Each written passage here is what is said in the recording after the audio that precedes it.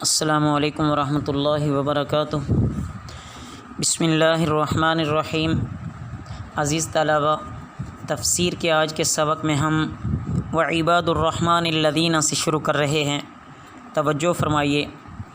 اعوذ باللہ من الشیطان الرجیم، بسم اللہ الرحمن الرحیم۔ وعباد الرحمن الذین یمشون علی الارض، اور رحمان کے بندے وہ جو کہ چلتے ہیں زمین پر ہونا آہستہ آہستہ، وَإِذَا خَاطَبَهُمُ الْجَاهِلُونَ، اور جب ان سے بات کرتے ہیں جاہل لوگ، قالوا کہتے ہیں سلام، سلام ہو۔ یہاں آیت مبارکہ میں یہ بات قابل غور ہے کہ اللہ تعالیٰ نے اپنے مطیع فرما بردار اور اطاعت گزار بندوں کو عباد الرحمن فرمایا ہے۔ ویسے تو اللہ کے بندے سبھی ہیں،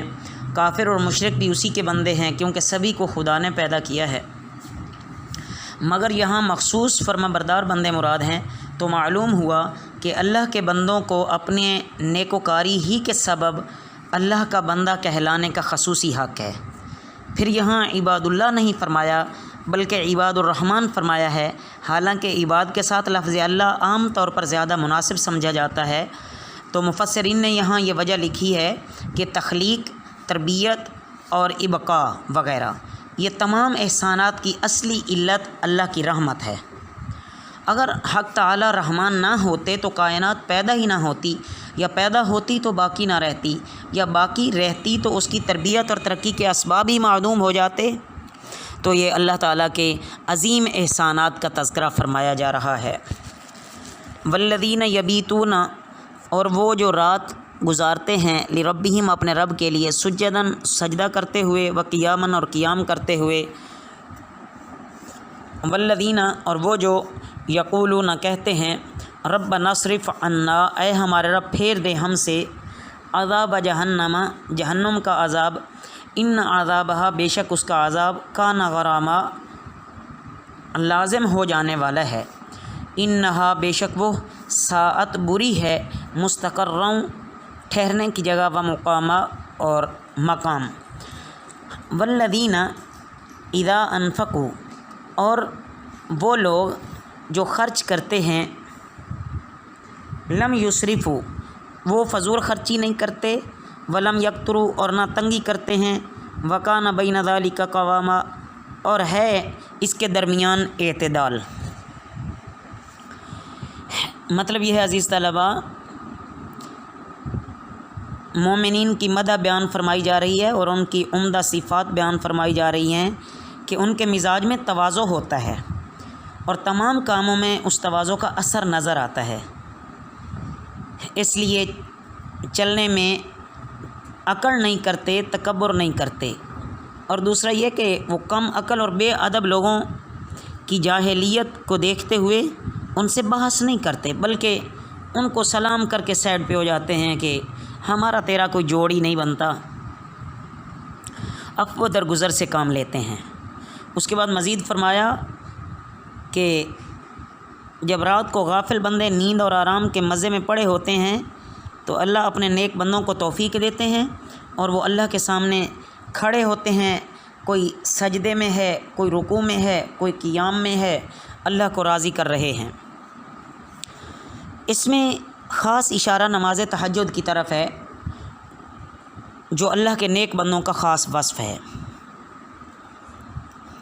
اس کے بعد دوسری صفت بیان فرمائی کہ وہ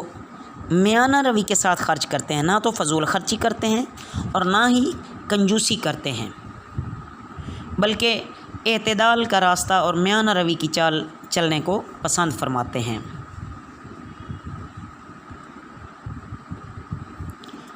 نیکی کے کاموں میں خرچ کرنا، نمود و نمائش سے بچنا، اور جو ضروریات لازمہ ہیں، یعنی جو لازمی ضروریات ہیں،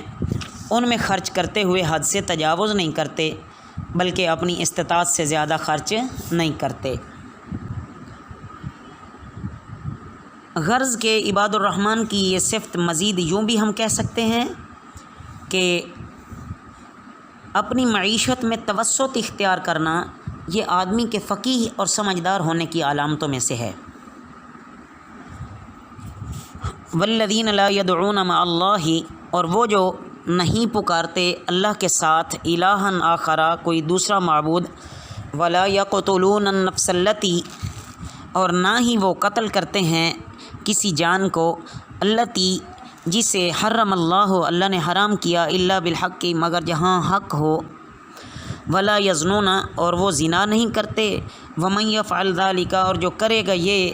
یلقا اثاما وہ دو چار ہوگا بڑی سزا سے، یضاعف لہ العذاب دو چند کر دیا جائے گا اس کے لیے عذاب، یوم القیامت روز قیامت، ویخلد اور وہ ہمیشہ رہے گا فیہ مہانا اس میں خوار ہو کر، الا من تاب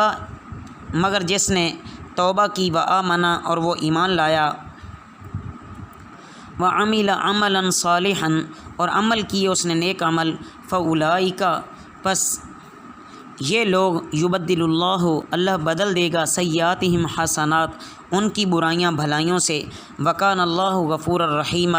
اور ہے اللہ بخشنے والا نہایت مہربان، ومن تاب وعمل صالحا اور جس نے توبہ کی اور عمل کیے نیک، فإنہ پس بے شک وہ، یتوب الی اللہ متابا رجوع کرتا ہے اللہ کی طرف رجوع کرنے کا مقام۔ ان آیات مبارکہ میں عزیز طلبہ مزید بعض صفات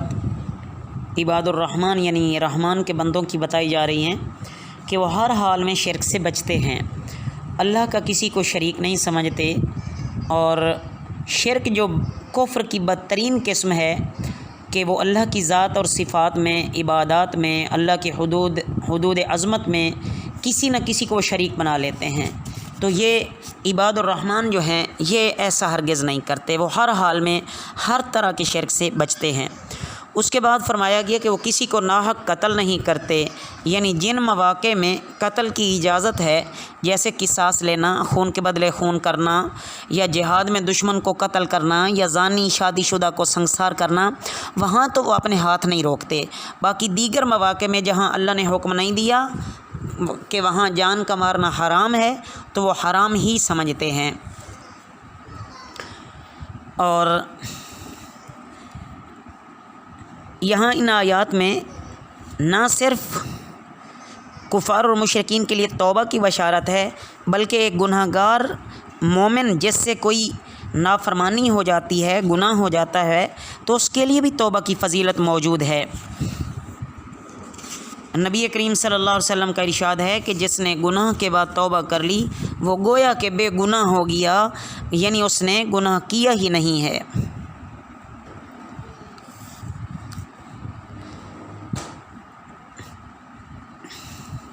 انسان کو چاہیے کہ اولاً تو وہ گناہ سے بچے، اگر گناہ ہو جائے تو سچی اور خالص توبہ کرے، اور جس گناہ میں مبتلا تھا اس گناہ کو فوراً چھوڑ دے، اور آئندہ کے لیے اس سے بچنے اور پرہیز کرنے کا مصمم اور پختہ ارادہ کر لے۔ والذین لا یشہدون الزور اور وہ لوگ جو گواہی نہیں دیتے جھوٹی، وَإِذَا مَرُّوا بِاللَّغْوِ اور جب وہ گزریں بیہودہ سے، مروا کراما گزرتے ہیں بزرگانہ طور پر، والذین اذا ذکروا اور وہ لوگ جو جب انہیں نصیحت کی جاتی ہے، بیآیات ربہم ان کے رب کے احکام سے، لم یخروا علیہا نہیں گر پڑتے ان پر، صما وعمیانا بہروں کی طرح اور اندھوں کی طرح، والذین اور وہ لوگ جو یقولون کہتے ہیں، ربنا ھب لنا اے ہمارے رب عطا فرما ہمیں، من ازواجنا ہماری بیویاں، وذریاتنا اور ہماری اولاد، قرۃ اعین آنکھوں کی ٹھنڈک، وجعلنا اور بنا دے ہمیں، للمتقین پرہیزگاروں کا، اماماً پیشوا۔ اولئک یہ لوگ ہیں، یجزون الغرفۃ انعام دیے جائیں گے، بالا خانے، بما صبروا ان کے صبر کرنے کی بدولت، ویلقون فیہا اور وہ پیشوائی کیے جائیں گے اس میں، فیہا اس میں، تحیتاً دعائے خیر، و سلاماً اور سلام، خالدین فیہا وہ ہمیشہ رہیں گے اس میں، حسنت اچھی ہے، مستقرا و مقاما آرام گاہ اور مسکن۔ قل ما یعبأ بکم ربی فرما دیں پرواہ نہیں کرتا تمہاری میرا رب، لولا دعاؤکم اگر نہ پکارو تم، فقد کذبتم تو جھٹلایا تم نے،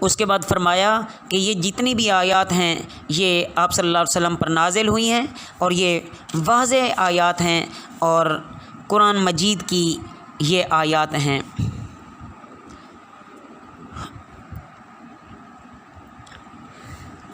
یہ آیات اس کتاب کی ہیں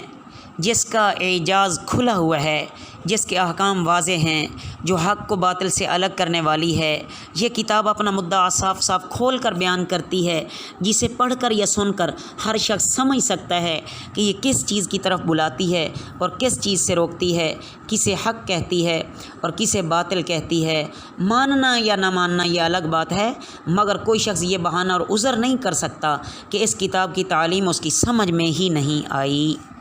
اللہ تعالیٰ اپنے فضل سے ہمیں اس کتاب مبین یعنی قرآن مجید پر ایمان رکھنے کی نعمت عطا فرمائے اور اللہ ہمیں اس کی صحیح سمجھ بھی عطا فرمائے۔ وما علینا الا البلاغ المبین۔